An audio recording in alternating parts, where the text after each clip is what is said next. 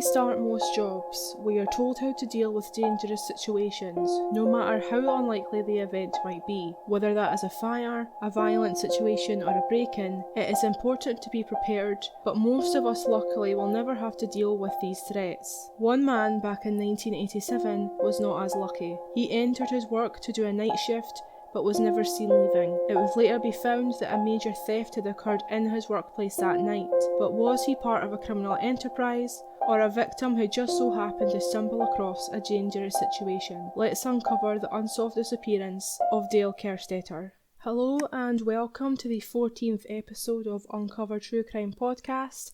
My name is Stephanie, and each week we uncover a different unsolved true crime case, ranging from missing persons, unsolved murders, Jane and John Does, and suspicious deaths. You can follow the podcast on Twitter at uncover_pod and on Instagram at uncovertruecrimepod. Without any further ado, let's uncover the unsolved disappearance of Dale Kerstetter.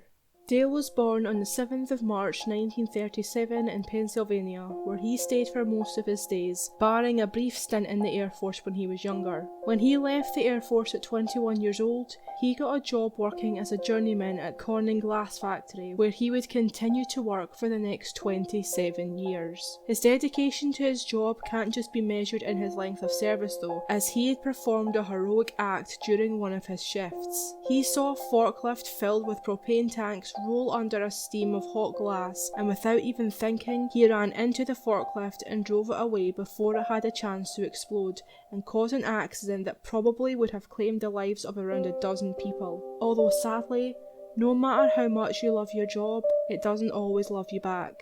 The factory was going through some major changes in 1987, was in the process of being sold, and they had laid off many of their employees. Dale wasn't fired, but he had been given a substantial decrease in pay, forcing him to take on overtime shifts as a nighttime security guard. He was understandably unhappy about this, and although he was due to retire the following year, he was somewhere around $35,000 in debt, and I can only imagine the stress he must have been feeling, as his pension probably wasn't going to be able to cut it through such a rough financial time.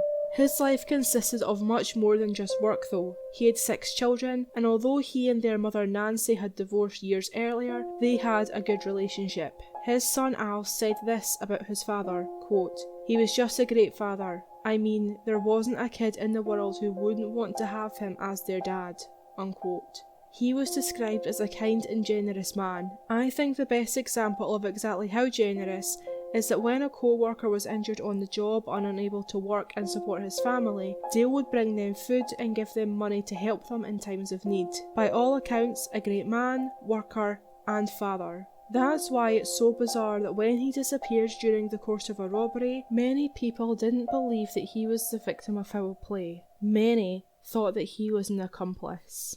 He arrived at his work for a night shift at 11 p.m. on the 12th of September 1987. He was meant to check in with a member of staff at the check-in desk every hour, but he didn't check in after midnight. The staff on the desk that night was new and not completely familiar with the night shift procedures. If he had been, it's likely he would have made an effort to check on Dale. Day shift staff member John Lindquist arrived at 7 a.m. to start his shift and relieve Dale of his duties, but Dale was nowhere to be seen. Although his lunch pail, keys and newspapers were all found in the cafeteria, John commented, quote, "He usually sat right inside the door and he wasn't there. So I walked into the cafeteria and I see his lunch pail sitting on the table. I happened to pick up the newspaper and there are the keys. So I looked in his lunch pail and I see that everything is there. He hadn't eaten," unquote. He initially assumed that Dale had fallen ill during the night and had gone home, when his car was found to still be in the car park outside the factory. The car keys were still in his car, as was his cigarettes and an empty gun holder. I initially thought that Dale leaving his keys in his car was significant,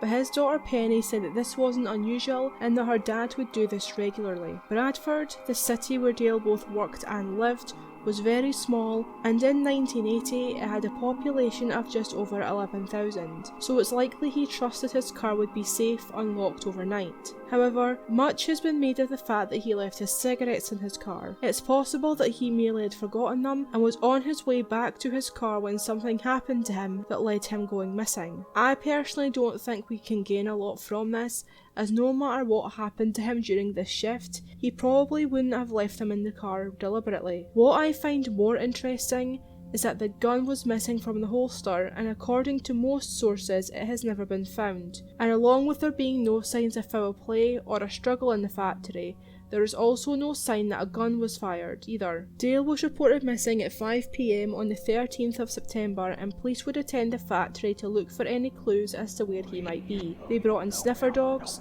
which traced Dale's steps around the factory. The dogs led police to the glass furnace on the second floor, which was not an area of the factory where Dale would usually be during his shift. A few days after his disappearance, his supervisor decided to check CCTV cameras to see if the video could shed any light on his disappearance, and he found something shocking. Not only was a member of his staff missing, but as was $250,000 worth of platinum. The footage showed a masked man entering the factory. He was seen near the glass furnace, and at some point he ran into Dale. They engaged in conversation and walked around the plant together, although it's unclear whether the man was threatening Dale or demanding anything of him, as police have only ever released a still image of the footage, an image of Dale looking straight into the camera. I'd be interested to know what Dale's demeanour was like in the footage. Did he look scared or calm? Did the masked man have a gun, or did he make Dale give him his gun? This would be great to know, as it's interesting that Dale would have had a gun on him, come face to face with a masked intruder and not use it. It's totally possible that the man overpowered Dale, or that Dale was too scared and froze before he had time to respond. The man who entered the plant stole $250,000 worth of platinum from the furnace, which explains why Dale's scent was detected in that area. I am unable to verify the next piece of information, but I wanted to include it as I found it very interesting. Apparently, as the company was going through some changes at the time, some of the machines were not in operation, including the furnace. If the furnace had been on, I would imagine it would have been impossible to steal all that platinum, as it would have been way too hot to remove. Did the masked man know this? I personally think it's likely that he did. I know that this was a small town, but if you wanted to rob a business in the middle of the night, a glassworks factory probably wouldn't be your first choice, unless you had inside knowledge of metals that would have been easy to access and to steal. The masked man was later seen wheeling a large bag out of the building, and Dale was nowhere to be seen, leading people to think that Dale was also in this bag. Whether or not Dale was alive in the bag is up for debate. CCTV cameras wouldn't be installed outside the factory until after this incident, so we don't know what vehicle the man was in or what direction he went in when he left. Police haven't revealed a description of the masked man. I understand the lack of a sketch. CCTV images in the 80s weren't very good quality, and as he was wearing a mask, it would have been impossible to make out any of his facial features. But surely they would have gotten an idea of his weight and build from the footage. Also, I've been stating all the way through this episode that the suspect is male. We actually don't know that for certain. All sources I've read state that it is a male. However, this might just be habit. Most people describe unknown suspects in true crime cases as male, even if we don't know for certain. I imagine that $250,000 worth of platinum would have been rather heavy, so maybe people believe it was a man, as a woman might have struggled to carry all of that metal. However, some women certainly would have been able to do this, especially as they were seen wheeling the metal out of the factory, not carrying it. In 1987, 1 ounce of platinum was worth $591.76, so $250,000 worth would have weighed just under 12 kilos, so it wouldn't have taken a vast amount of physical strength to put it in the bag, depending on how the platinum was broken up. Was it in lots of little pieces, or was it like one big bar? We don't know. Another thing I am curious about is the role of the man in the check-in desk. I couldn't find out any information about him or any statements he had given to the media or the police. He worked out of a command centre in New York, And yes, he was new and didn't have good knowledge of policies and procedures, but the local police station was only 1 mile away from the factory. If he'd just alerted someone to the fact that Dale hadn't communicated with him, maybe this case would have been solved by now. Also, if this was an inside job, surely the masked person in the factory would have known this. Hell, they probably would have driven past the police station on the way to the factory. They would have known that they would have to be very quick in order not to raise suspicion by Dale not checking in. This would have taken a lot of planning in order to not get discovered and apprehended by police, as they wouldn't have known that the alarm wouldn't be raised until later on that morning. Personally, I believe that for a robbery to be this planned and thought through, the culprit must have had inside knowledge of the factory. There is far more speculation than fact in this case, and right now, without any concrete evidence, we are left with our theories as to what truly happened that night. There are 2 big theories in this case: that Dale was a victim of a robbery and kidnapped and killed to keep him from going to the police, or that Dale was in on the whole plot. Dale was in $35,000 to $40,000 worth of debt at the time that he disappeared, so he would have had motive to steal the metal, although there are ways he could have done this without going missing. As a security guard, he could have agreed to turn the other way, purposefully being in another part of the factory when the man entered in exchange for a cut of the money. This would have been very easy, I think, as he wouldn't normally patrol near the furnace anyway.